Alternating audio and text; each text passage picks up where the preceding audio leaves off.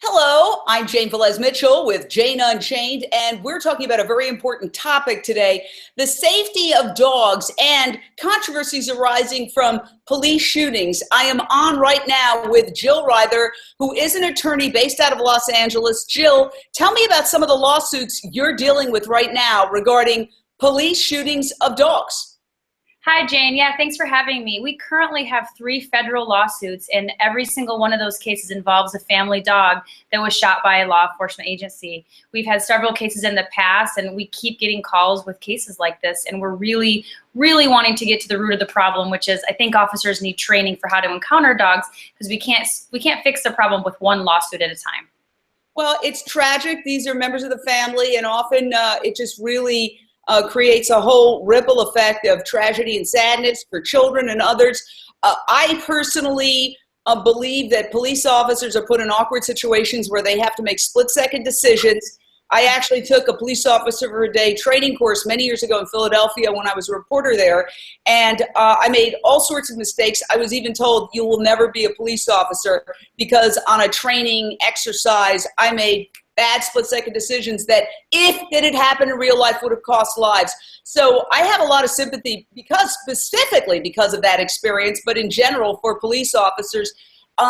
My understanding is that a lot of them want the training too because they don't want to have to make these mistakes. Absolutely, Jane. We have a lot of support from police enforcement agencies, and one of our last cases, it was the first case that ever required training as part of a settlement. The officers directly involved in that case, which were the officers involved in the shooting, came and received hands-on training from my nonprofit that we provided. And at the end of that training, it was amazing. They were grateful. They felt like we had given them tools, and we really started to collaborate on how we could make this more statewide.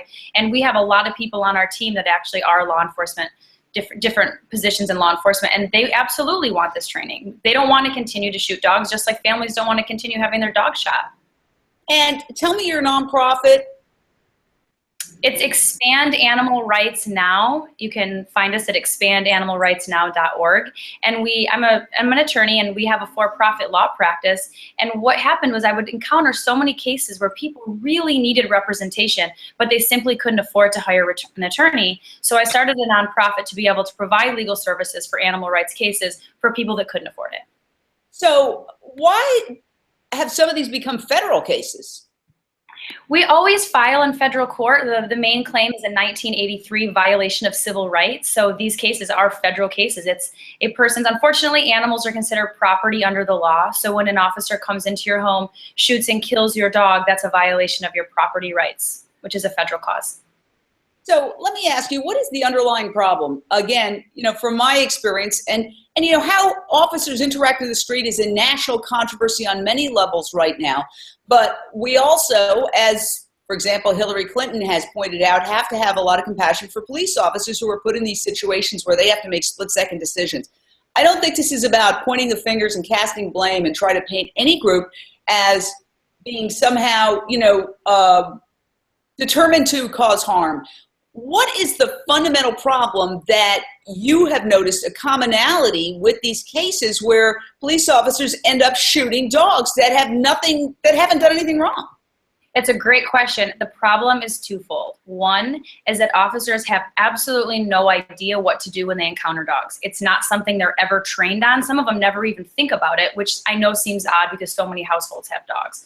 That's one of the biggest problems. The second is that there has been absolutely no ramifications for these shootings until now. We have heard story after story after story, even from officers being very honest with us, saying, when something like this happens, nothing really comes of it. You don't really hear about it, kind of gets swept under the rug, nothing really happens. So a combination of not knowing what to do and knowing if, you do shoot a dog, doesn't really seem to matter, it perpetuates the problem, both of which need to be addressed. But you're handling lawsuits who are filed on behalf of people whose companion animals have been shot by police officers. That would seem to be something that the police would want to avoid because it's expensive, it's embarrassing, all sorts of reasons.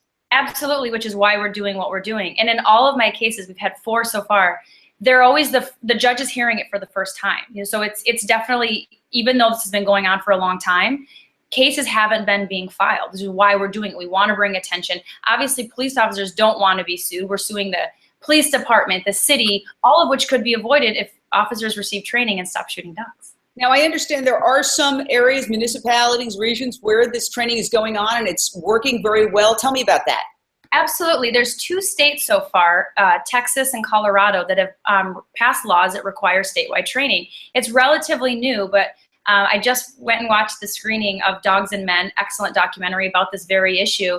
And some of the people involved in those states were talking about how well it's going, and even the officers in those states were talking about how it's been really successful. In our own state, in California, San Diego, the Sheriff's Department, has voluntarily started to incorporate some training, and we've been in touch with them, and they're talking about what a great difference it's been making for them as well.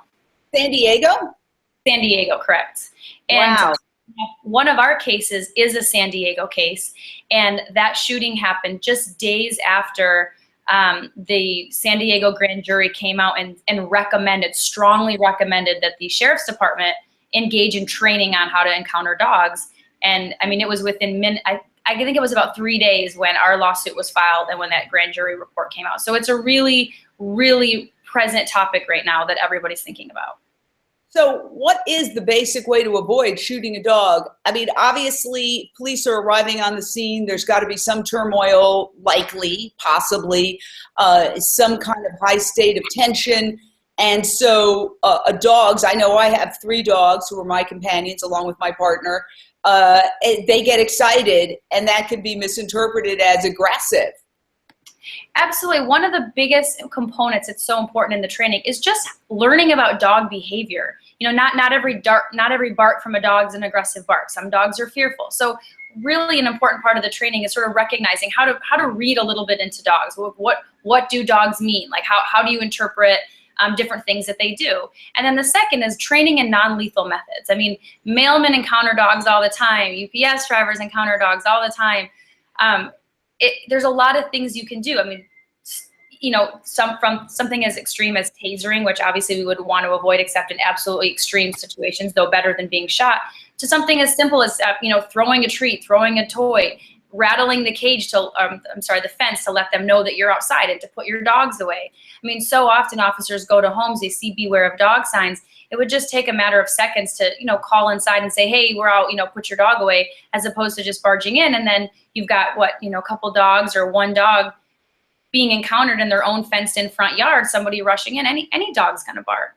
Right, and one of the things that I've seen, you remind me, is a situation where a dog was shot and the woman was really upset, and she kept saying, don't shoot the dog, don't shoot the dog. If the police officer had given her that 1 second to take the dog inside, in other words, give the dog owner, and I don't use that word, I prefer dog, the human companion, give the parent of the dog essentially an opportunity to take that dog inside.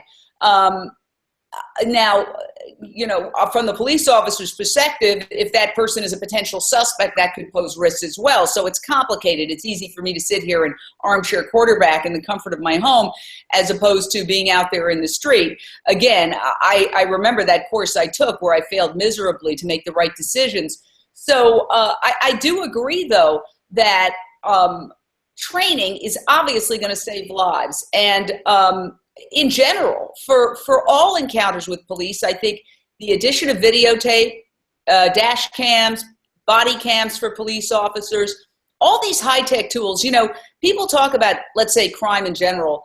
I believe, even though there are spikes and there's aberrations, overall crime is going down in America from, let's say, you know, the 70s and the 80s when it was out of control.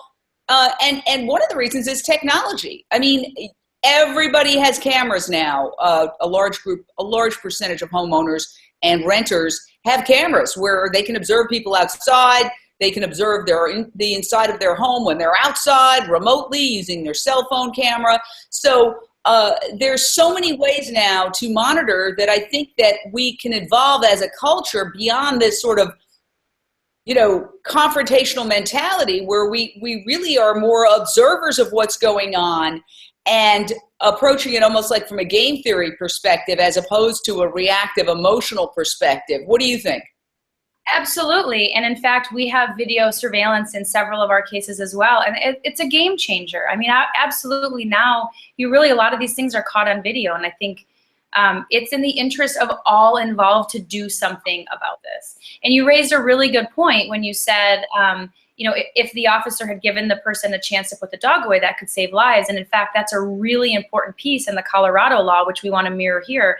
And it states that if you're investigating a crime that is nonviolent, or if there is an opportunity without jeopardizing the investigation or the safety of the officers, to allow the guardian of the dog to put the dog away, that you're legally obligated to do that. And I think that is an important and critical piece, because that really and truly saved lives. And it's still taking into account that if the officer's safety is going to be in jeopardy, there's a split-second decision. Obviously, they're not required to do that. But in so many of these cases, there really is an opportunity to do that, and it would really change the game.